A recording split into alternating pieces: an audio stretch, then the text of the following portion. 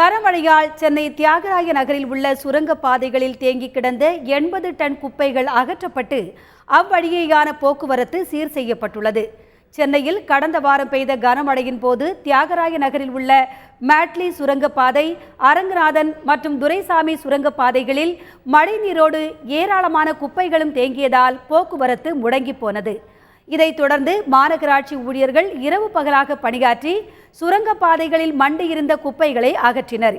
3 சுரங்கப்பாதைகளிலும் சுமார் 80 டன் அளவுக்கு தேங்கியிருந்த குப்பைகள் அகற்றப்பட்டதை தொடர்ந்து அப்பாதைகளில் இன்று வழக்கம் போல போக்குவரத்து தொடங்கியுள்ளது. இதனால் பொதுமக்களும் வாகன ஓட்டிகளும் மகிழ்ச்சி அடைந்துள்ளனர். நான் இந்த மேட்லி ரோட்ல இந்த அளவுக்கு வெள்ளம் வந்து பார்த்தது இதான் முதல் தடவை. எங்க வாழ்க்கையிலே பார்த்தது இதான் ஃபர்ஸ்ட் தடவை.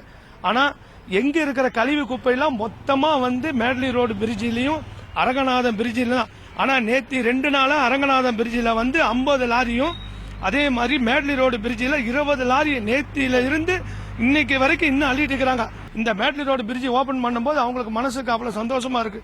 ஏன்னா சுத்தி போகணும்னா 5 கிலோமீட்டர் 10 கிலோமீட்டர் சுத்தி தான் போகணும். ஆனா வெஸ்ட் மாம்பலத்தில் இருக்கிறவங்க எல்லாம் போகணும்னா நம்ம மேட்லி ரோடு பிரிட்ஜ் வழியா தான் போகணும், வேற வழி கிடையாது.